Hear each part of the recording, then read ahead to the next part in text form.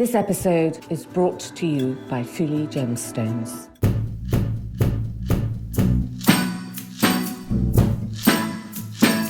And he was a ball of fun. I mean, if you were around him, apparently. I mean, I heard all the stories, from the families that knew him, and they loved having him for dinner because he was such a hoot. But he was also very intelligent. I mean, he spoke, I think, 5 languages, and I think he was interested in history. Well, who wouldn't be if you grew up in Sicily? Welcome to If Jewels Could Talk. I'm Carol Woolton, the voice of jewellery, an author, broadcaster, and the woman who initiated the role of jewellery editor at magazines like Tatler and British Vogue. This is a podcast for everyone, for people who do like jewellery, for people who don't realise they like jewellery, and anyone intrigued by fascinating facts, new ideas, and forgotten histories. So please join me as I tell sparkly tales, meeting all sorts of people, delving into 4 centuries of jewellery culture, and investigate what's happening now.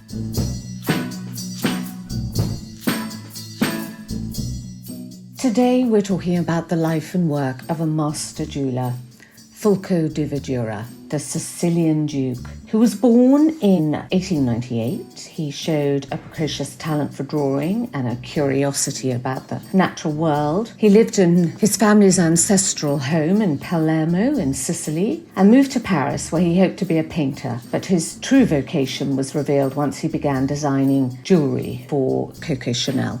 Now, there's no one better to talk about Verdura with than Ward Landrigan, who I'm very pleased is in the UK from New York, who has owned Verdura. He bought it after Fulco's death and has been recreating jewellery from some of about 10,000 drawings in the archive since the mid-80s. So thank you so much for joining us today, Ward. Ward, I'm so happy you did a detour on your vacation in London to come and talk to If Jewels Could Talk. Yes, well, I'm delighted, number 1, to be in London, number 2, to see you in your digs. It's just, being in London is always a treat. And I came here in 1963 as a student, and I'd never been to Europe. And my first cab ride, I didn't understand the money because that was when it was pence and all that. And the cab driver knew I was hopeless. So he got out of the cab and put all the coins out on the bonnet to teach me the English money. And I was, oh my God, it was just, will I ever survive? But it's nice to be here, always nice to be here. I think you were about, 24, 25 years old when you first saw a piece of Verdura. You were head of jewellery at Sotheby's in New York. What was it that attracted you to his work the first time you saw it? Well, it seemed strangely familiar. And the reason for that is that I had worked for a jeweler when I was a boy. When I was 14, I started working for the local jeweler in New Jersey. And we sold mostly costume jewelry and mostly Tefari. And Tefari copied Verdura. So I knew the designs. I just didn't know that they were ever made in real. So at the minute I saw these pieces, I thought, gee, this looks familiar. The first sale I did that had it was Helena Rubinstein. That was 1965, I guess. And I actually was quoted in the New York Times. I mean, me quoted in the New York Times? I couldn't believe it. Saying something about Helena Rubinstein. Was it a great collection? Yeah, it was. It was very odd. I mean, it was, oversized things. She was sort of, I did meet her. She used to come into the gallery.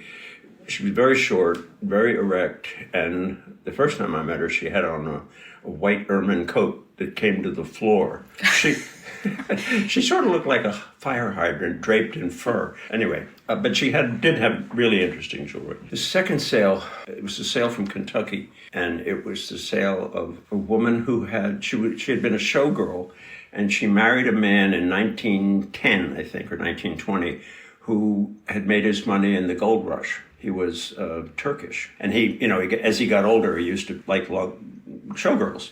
Anyway, she lived forever, and then she died in the 60s, and we sold her jewelry, and she had Verdura. It was the interesting people, and then, the clients that came in, Jackie Kennedy. But what was it about the actual jewelry that stood out for you? Well, it was bold.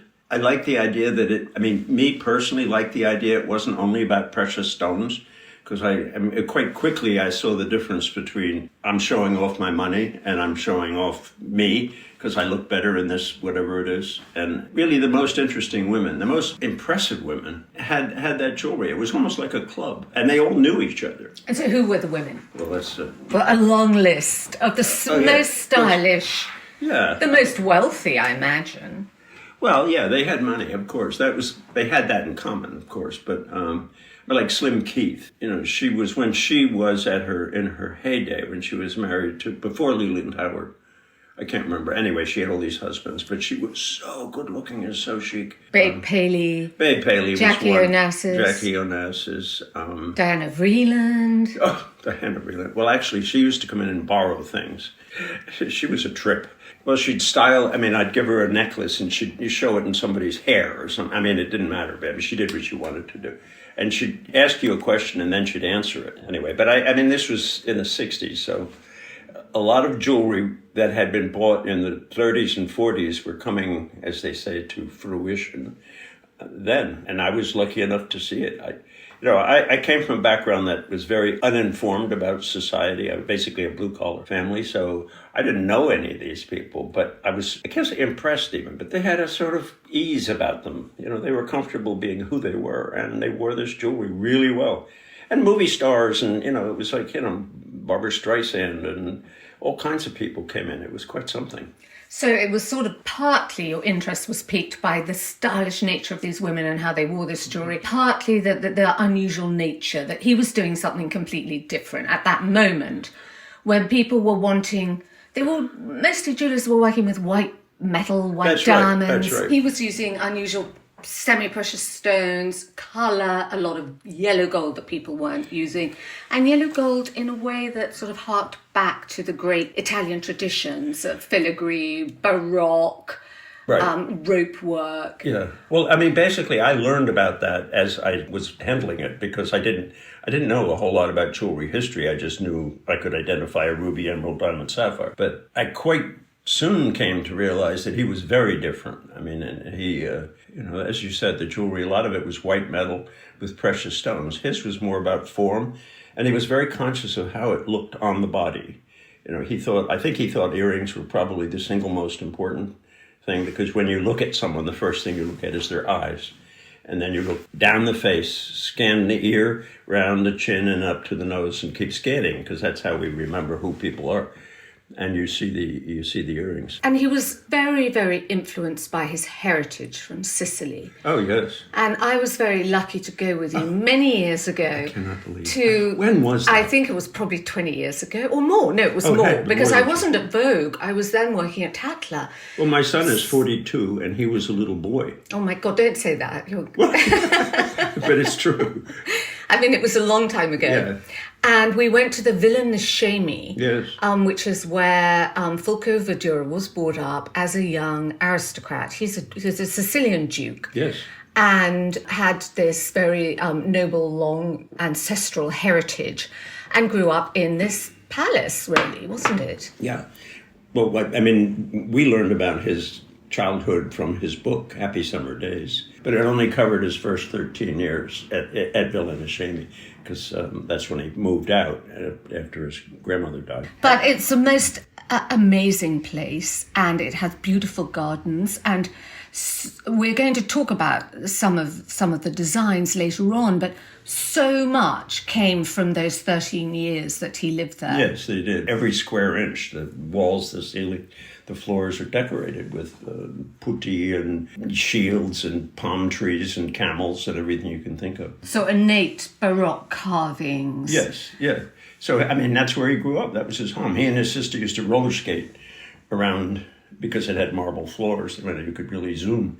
They lived obviously a very eccentric life, but maybe all Sicilian aristocrats were eccentric. Supposedly, if you read The Leopard, it was written by his first cousin, Duke de Lampedusa. It gives you an insight into the world that Fulco grew up in, a very good one. in terms of politics, but also how people lived. The fading grandeur Yes. of that era. They were sort of handing over the aristocracy to a younger generation of different classes. Yes. It was that sort of moment of change. It was. Apparently, when the king died, Fulco wore a black armband for 2 years. He was a real royalist, wasn't he? Oh, yeah. No, absolutely. And the gardens you mentioned were, with Monte Pellegrino in the background, they were the royal gardens. His house or palace backed up on it, so he had access. He must have had a charmed life. And the colours, the pink of the mountains behind, the Everything. flowers of bougainvillea, incredibly It was colourful. lush. Yeah, it wasn't tropical because it was so dry, but it was incredibly beautiful. And he was a aesthetically aware young boy. I mean, he was somebody who took it in. Even his camel he met when he went to Paris years later, and he was in the Tuileries, and there was a circus. And his camel's name was Momo, and he recognized Momo, and Momo recognized him, and they had a love-in the Tuileries after. But not every kid had a camel.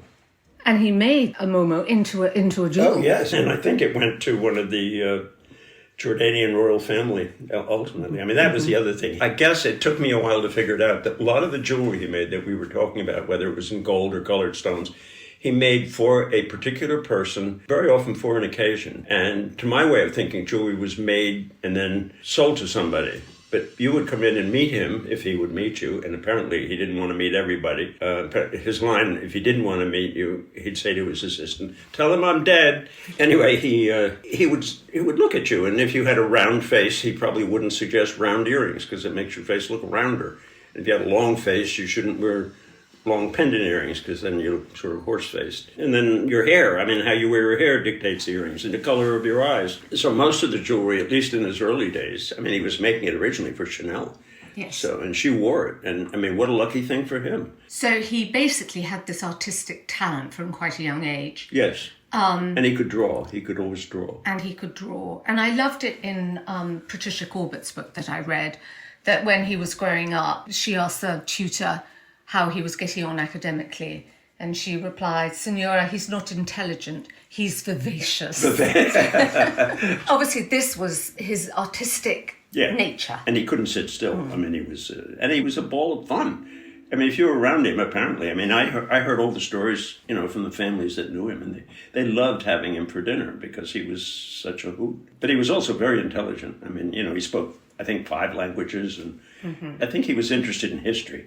Well, who wouldn't be if you grew up in Sicily, which is the intersection of every culture Every culture, every civilization's left its imprint on the island, haven't they? And it's wonderful. I had never been to Sicily, so it was really... It's the grandeur of the architecture, isn't it? I think Palermo is the biggest Baroque city. It's basically still unrestored. There are trees growing out of some of the wonderful old houses. But Villa Verdura the big one on the sea, got bombed during the war. So first of all, he leaves this idyllic childhood because the family are running out of money, and he realises he's got to actually get a job. And he meets Cole and Linda Porter. Yes, they met in 1919.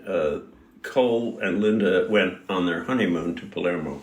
And apparently Palermo at that time was sort of like the south of France. It was, the Kaiser went there, the Tsar went there. The royals would go there because it was a beautiful spot. He met them, I don't know under the circumstances, but they liked him, and he was obviously a young, attractive man.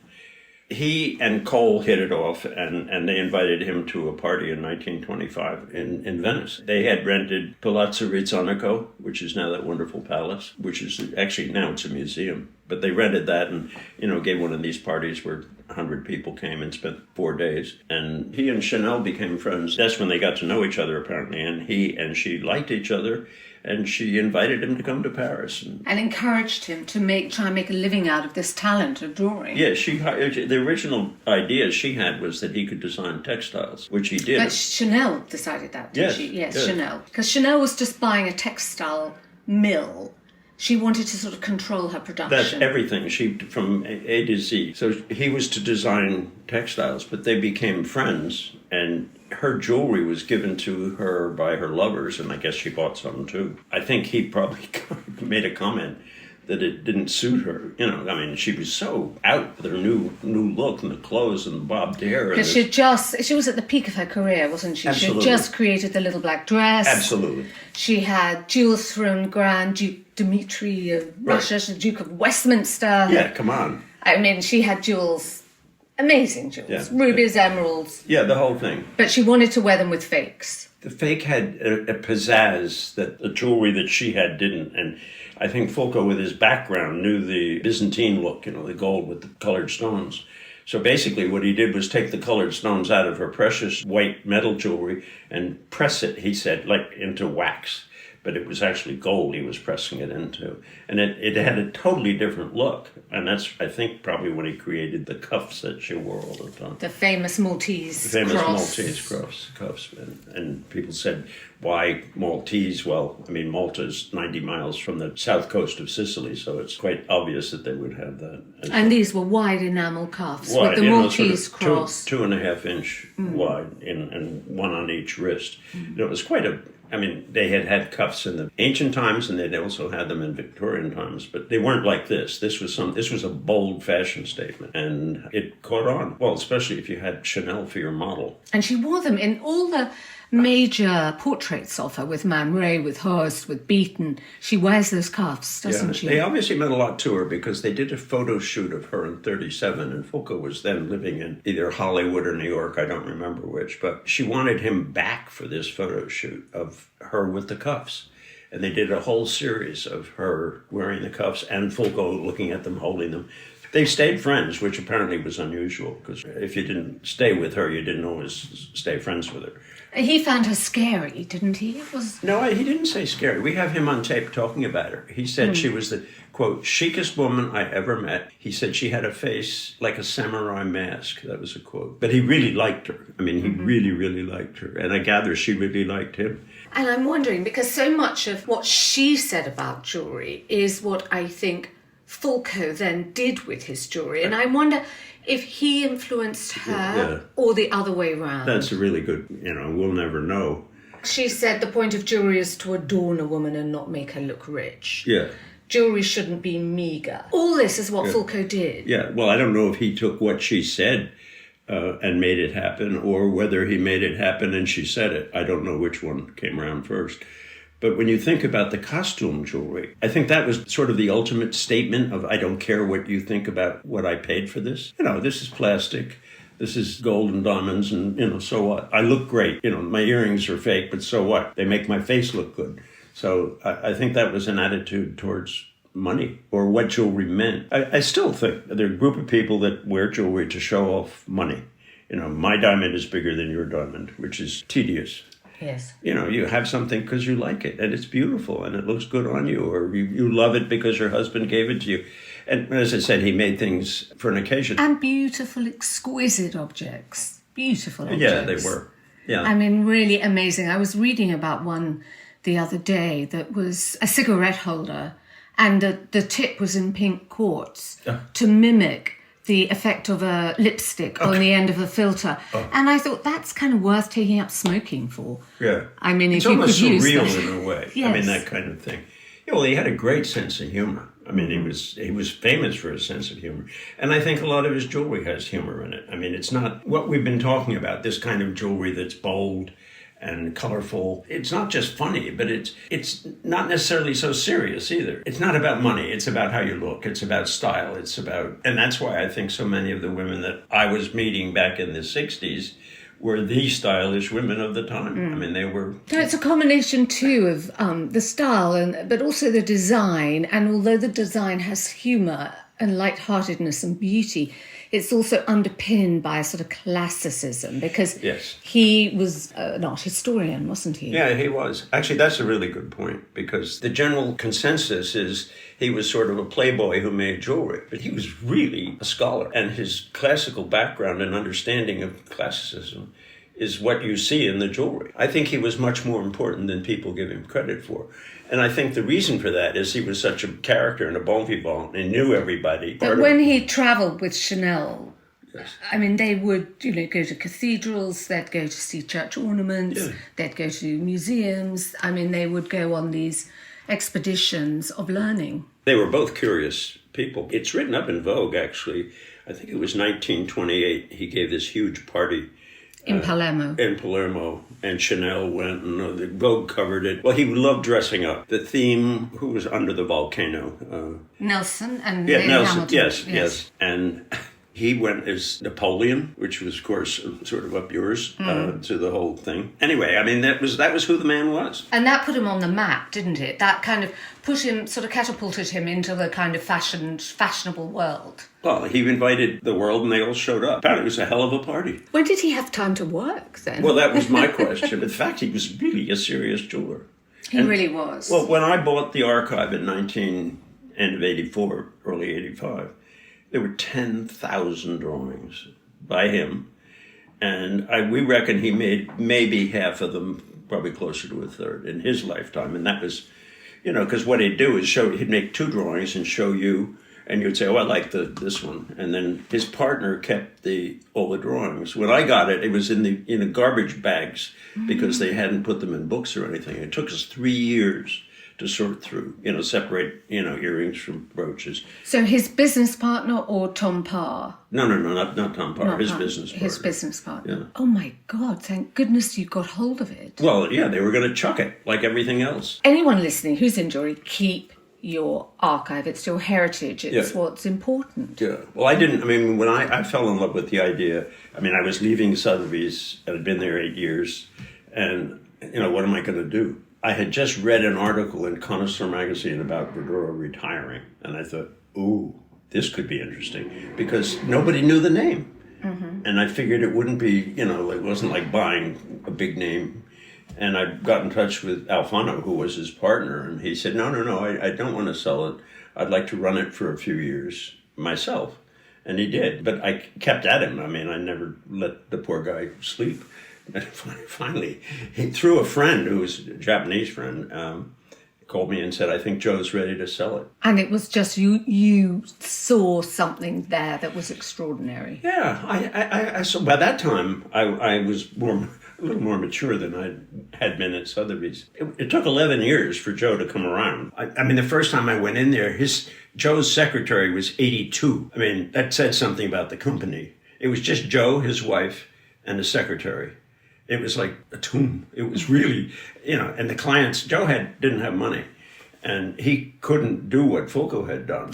How old was Fulco when he died? 79. And had it been winding down for a bit? Well, he sold the company, and he sold it to Joe in 71, I guess it was. Mm-hmm. I think that was 70 or 71 is the official retirement date. And then he moved to London to be with Tom. And did he make money out of it in the meantime? No. Not much, No. I don't think he ever made much money. Mm. He lived very modestly in New York. Ate at parties, free food. Yeah, the whole thing. No, but he knew everybody. He was, if he'd stayed with all the grandees, he was on Agnelli's yacht. He'd be on the yacht for a month, then he'd get off and stay with somebody else. And the other thing he did was he was a great artist, and he did paint. Yeah, most people don't know that, and I started collecting them just because I was, everything Fulco was fascinating to me. Plus, they were inexpensive when I started. I have 42 or something. No. Yeah, I do. Well, I thought they were charming. They are mostly charming. 2.5 or... They're like little painted jewel paintings, aren't they? Yeah, and he took his painting quite seriously, although... like everything else, nobody else really knew what he was up to. But he was, in New York, he was represented by Iolas, IOLAS, which was one of the great galleries. They'd always sell right out because they weren't expensive, but 2, they were charming. Mm. Everybody had them. Everybody had these things. They keep popping up all over the place. So you cornered the market in that? No, not really. But. So now, in 1936, Vogue talked about the most talked of bauble of the year, and that was one of the cigarette cases that he designed for Cole Porter. Right. Because will you tell us that story, Ward? Because he did one for all of Cole Porter's openings. Yeah, the opening night of every play and any movie, he would design a box for Cole Porter, given to him by Linda, supposedly.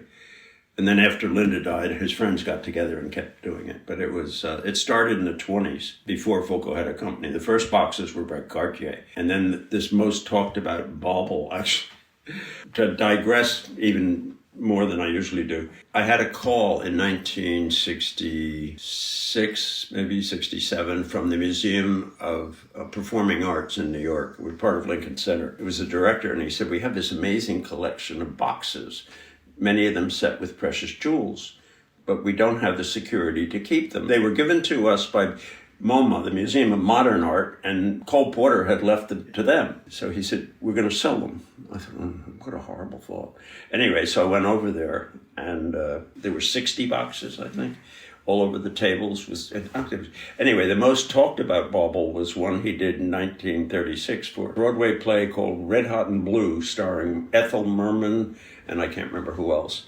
And the box itself was platinum. It was about 3.5 to 4 inches by 3 inches. And one half of it was pave rubies. The other half was pave sapphire, so hot and blue. And in the middle of it was a huge sunburst in diamonds. And the clever thing was the sunburst came out so you could wear it as a brooch. But it was featured in Life magazine because no one had ever seen anything like it, especially modern. I was the auctioneer for all 60 boxes. And they went all over the world. Frank Sinatra bought the box for Philadelphia Story. One of the Koch brothers bought it, the Kiss Me Kate box, because his mother's name was Catherine and they called her Kate.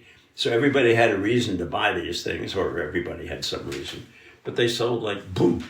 And they were all gone, and it was so sad because it would have been one of the great... Great collection. And sadly, I knew the man that bought the Red Hot and Blue box. He ripped it apart for the Stones. No. Yeah.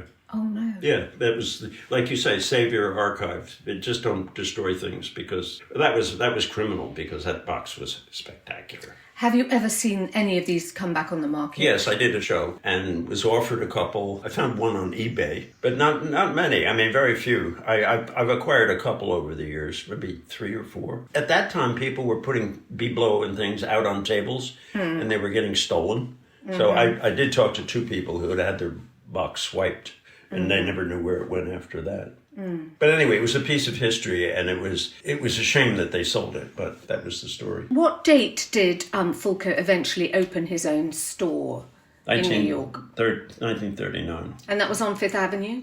It was on Fifth Avenue. It was in the building, actually opened in the office that was originally the first Cartier store. And he did that because he had been briefly in Hollywood, but he figured that all the women in Hollywood wanted jewellery that had come from New York. Yes, that's true. That's true. Well, he'd gone out to work for Paul Flato in Hollywood. There was a sort of clique of foreigners, and he got to know them. He knew lots of the movie stars. You know, they liked him, and they were glamorous, but they referred their friends and all that. And yes, I think he was almost an instant success, because Salvador Dali got in touch with him right away and suggested that Fulco and he collaborate on a collection of jewelry. Dali was very good at self-promotion. I mean, that's how, he was a showman. And Fulco was certainly no shrinking violet. So they came up with this collection of jewels that they showed first at MoMA. And then they traveled around, actually, the 8 best museums in America. Every major museum you could name, they went. And then they were basically bought by one woman, the whole collection. And these were surreal, really weird, Dali-esque things that Verdura would create part of it in jewelry, and then Dali would paint something. So Dali's designs that he was creating, both... I think they were Verdura's. A lot of them were Verdura's designs. I think it was collaborative, based on looking at them. Because there's humor there, too. So what's the most surreal one? It's Medusa's head. Well, this one probably was a Dali creation in terms of the face. Dali painted a horrible face of Medusa, and it's maybe 1 inch by 2 inches, something like that. And then Verdura took a clear stone, probably some kind of crystal, and mounted it upside down on the face, and then put it in a gold frame with like 15 or 20 snakes coming out the top of the Medusa head with little ruby eyes. And as you take the brooch, or if you move, the facets of the stone make it look like the face is winking at you. It's really quite a trip. It is surreal, but it's quite wonderful. I was thinking for this conversation, yes, and we'll talk about a couple of the iconic designs that he did. And then I thought, We can't do that. There are too many. There are too many. That's actually really funny when you say it. It's true. Because, I mean, when you think of him, he was the first person to do those incredible stalks carrying a diamond in its mouth like a precious cargo. Yes. That you see now at other jewellery houses. Yeah. Pretty much everything he did first. I mean... Yeah, he was an innovator because he wasn't, again, he was having fun. I mean, the big maple leaf in the autumnal colours, the pine cones. Well, he was thrilled when he first came to America. They don't have colourful fall in Palermo. And when he got to New England and saw orange and pink and green trees, he went wild. He made a whole series of these things. He was a great romantic. He made very romantic jewels, didn't he? I mean, I think of the Heart. The heart. Tell that story about... It was Tyrone Power, who was an actor who was... I remember my parents, that generation, they said that Tyrone Power was better looking than any of his leading ladies, because he really was quite beautiful. Anyway, he married a French woman. For Christmas, he commissioned a ruby heart wrapped in diamonds and gold with a bow on it. He said to Fulco, I guess what he said, I want to give my heart gift wrapped to my wife. Can you make something? And that was what he came up with. It was a very romantic story, isn't it? Too bad the marriage didn't last, but it was a romantic thought at the time. Yeah, it didn't last very long. No, it only lasted another year. She probably took the brooch and ran. Yeah. And I found it years later in Texas. Mm-hmm. Well, that's the other thing. The stuff's all over the world. We just recently found a piece made for Mrs. Astor back in the 40s at an auction in Australia. Now, how the heck did it get there? That's so interesting. But you don't know because the provenance in the jewelry doesn't talk. Mm-hmm. There's so many great stories that never get told, is the sad thing. I mean, partly because you can't tell it. You can write your memoirs and tell them. That would put my son out of business. Okay. I don't want to do that. So now, we did talk in depth a few weeks ago about the Duchess of Windsor and her jewellery collection. Yeah. And of course, she was a big client of Fulco's, wasn't she? Yeah. And in fact, Horst, the photographer, said that the Dürer, he alone understood how to make her a duchess. Yeah. I was amazed that he said that. He put her in the right jewels. Yeah, he knew how to dress her. He brought out that colour. And the colour of her eyes. The colour of her eyes. She had blue eyes. I think he didn't like her very much. I think he rather liked the husband. Maybe he was good friends with the husband. I think they took a boat trip together somewhere. I think she had good taste. Or she listened to people that helped her look good. And he didn't like her because her perfectionism drove him mad when she was looking at pieces. I don't know. I don't know the story. I just knew he didn't like her. And then, of course, he didn't like her because she went around saying one of his designs she had designed. That was the kiss of death. That's right. She did that. So that was a thistle, wasn't it? So she decided she was bored of the thistle, and having run around dinner parties saying she'd designed it. Yeah. She then went back to Fulco to say, could she swap it for something? She wanted to return it for something else. And then what did Fulco say to her? I think it was something like drop dead. I don't think he didn't. It's recorded, yes. There was something. It was recorded in one of the books that he said, of course we'd exchange it, but unfortunately we only exchange our own jewels, and I understand this is one of your designs. That's right. Yeah, he was apparently very good at that kind of thing. So he would call a spade. So he wasn't a great salesman. He didn't need to be a great salesman because these women would flock to his store, and it was up to... He decided who'd come in and who wouldn't come in. He wouldn't see everybody. Most of the things he made were for people he knew or liked. So will you exhibit all these jewels in your museum? Are you going to have a show at some point? Well, we've had one show, and that was 7 years ago, something like that. Yeah, what I would really like to do, I know there's a Tiffany show on now here at the Sotheby Gallery. The thing about Verdura's jewelry is it's not just about the jewelry, it's about who it was Social made history. Social history, and some of the stories are amazing. Well, we hope you come and do it in London. We'd like you to come and do the show in London. No, I'd love to do it in London. I'd love to do it in London. Certainly since Fulco was a real Anglophile. He lived here and he loved London, and he knew most of the grandees. What a time to know them, too. Talking about Tiffany, I actually also read, and I'm not sure if this is true, that Cartier at one point were trying to do what Tiffany had done with Elsa Peretti, Jean Schlumberger, Paloma Picasso, and they wanted to start creating a stable of designers, and they approached Fulco. But see, I never heard that. You haven't? No, but it doesn't mean it didn't happen. I mean, it was, it wouldn't surprise me. I mean, I know Belperon was approached by apparently Tiffany to come, and she wouldn't. He wouldn't have fitted into that corporate structure. Oh my at God! all. It would not for 5 minutes. He was not a corporate type. So, is there a favourite jewel? What do you think was his greatest jewel he created? That's a really tough question. I mean, really. Unfortunately, it's like, you know, what's baby? your best icon? There's so many. I mean, the one that appeals to me the most is one of the shells. I found it in Paris, and it's a lion's paw, and there's a full page picture of it in the book. There's something about it. It's Baroque. It's uber Baroque. It's amazing. It's just the most amazing piece of jewelry. Non-traditional, that probably would be it. And then, I mean, I love the tiara because it's beautifully made. And the thing, I don't know if you knew that, the way the the feathers are made, they're beautifully, each one is etched and they're all different. And I always thought, well, wouldn't it be great to find, because they were obviously cast or handmade, and find the molds for them. And we did. I mean, we found them in someone's garage. And since then, we've been making feather earrings and feathered bracelets, and because the feathers are so beautiful. But nobody would be bothered to make them that way today. I mean, it's like so many things. So time-consuming. Yeah. So do you think Fulco would be happy that you are conserving his work? I don't know if he'd be happy if I was doing it, but I don't know. I tried to meet him, and he didn't. Well, you never met him? No, I never met him. I was selling his the very first piece of Fulco I saw. I went to Dallas, Texas, to do an appraisal for Lily Pons, who was an opera singer who became a movie star, and she was this little French woman, and totally charming, and I was as green as grass. It was my first out of New York visit. She said, well, I've prepared lunch, and da-da-da.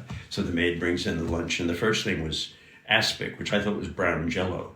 I'd never seen anything like it. Anyway, we made it through lunch, and then we went into the sitting room, and she had this jewelry all spread out, and a lot of it was Fulco's work. It was incredible.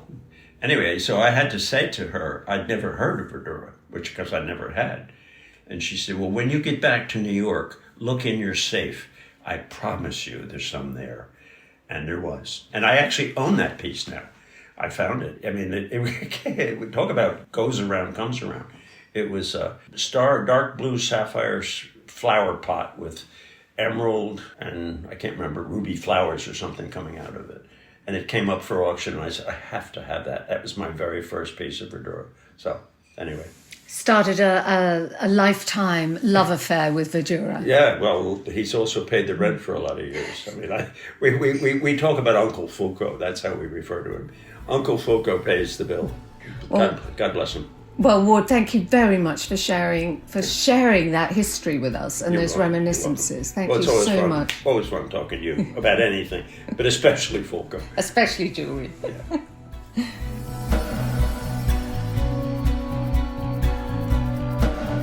Do listen through to the end to hear how Fulco liked to use and incorporate semi-precious stones into his work, in particular peridot. Ward gave such a charming and detailed response to this that we didn't want to cut it.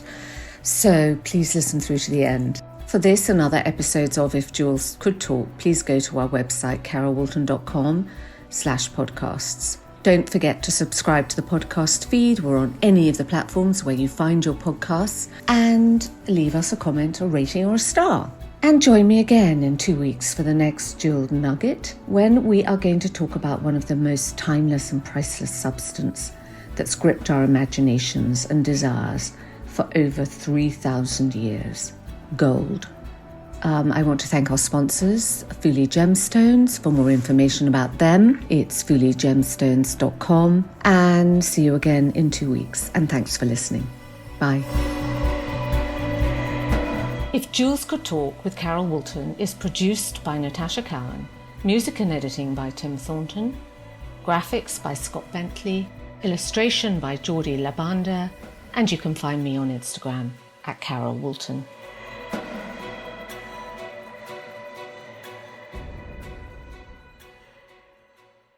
Ward, when you talked about his unusual use of semi-precious stones, I always think of that really unusual colour combination of bright pink and green. And he particularly used peridot quite a lot, and I think that was fairly unusual at the time. What do you think it was that he really drew him to peridot stones? That's a good question, because you don't see peridot. It's not a common stone, but it's a wonderful stone. I think he was drawn to the color. It's a pastel green. It was also much more affordable than emeralds, and it had a wonderful history. It goes back to the Bible. It was around for, say, 3,500 years. It was first found, or at least the predominant source of emeralds back in ancient history, was a small island off the coast of Egypt in the Red Sea. It is the official stone of Egypt, the gemstone of Egypt, and it's believed that Cleopatra's emeralds were actually peridots. I also think that a reason it's not as popular as it might be is that it isn't considered one of the big ones, emerald, diamond, ruby, sapphire. If a husband comes home with a peridot and says, "Honey, I got a peridot for you," I think the reaction might not be as exciting as if he told her he bought an emerald. It's also a stone that works well with other stones because of its pastel green. It works well with pink. Verdura very often paired it with pink topaz and made some incredible jewelry in that combination. Another reference to them in history is they called them evening emeralds. I think the reason being that emeralds in candlelight particularly turn dark, and peridots continue to sparkle their wonderful bright yellow-green color. And as I said before, they are much more affordable. They also have the allure of occurring actually in outer space. In meteorites, you will find, if you go to the museum, and a good source is Museum of Natural History in New York or the Museums of Science in London, that you will see slices of meteorites that are lit from behind. And in these slices of metal meteorites, you'll see pieces of peridot. It looks like a stained glass window. In fact, in history, in historical times, these pieces of peridot were actually cut out of the meteorites and faceted. It's the only stone that is found in, as it were, outer space that can be utilized for jewelry. Some time ago, not long after, well, probably 10 years after I bought Verdura, I was offered by a European dealer a very, very large peridot. I think it was 60, 70 carats. And the story that came with it, although they're not always true, was that a family in Myanmar being Burma, was the owner of this amazing gem, and that they sold it eventually to put their son through school. The dealer was German, and he brought the stone to me and showed me, and I eventually bought it and composed a necklace around it. And the necklace is absolutely amazing. It has 400 plus carats of peridots, 18 carats of yellow and white diamonds, and it's certainly a tour de force as far as peridot jewelry goes, and it was done really as an homage to Fulco's love as peridots. I must say that I love them too. They're the birthstone of August, so for those of you who have August birthdays, you might ask for a peridot.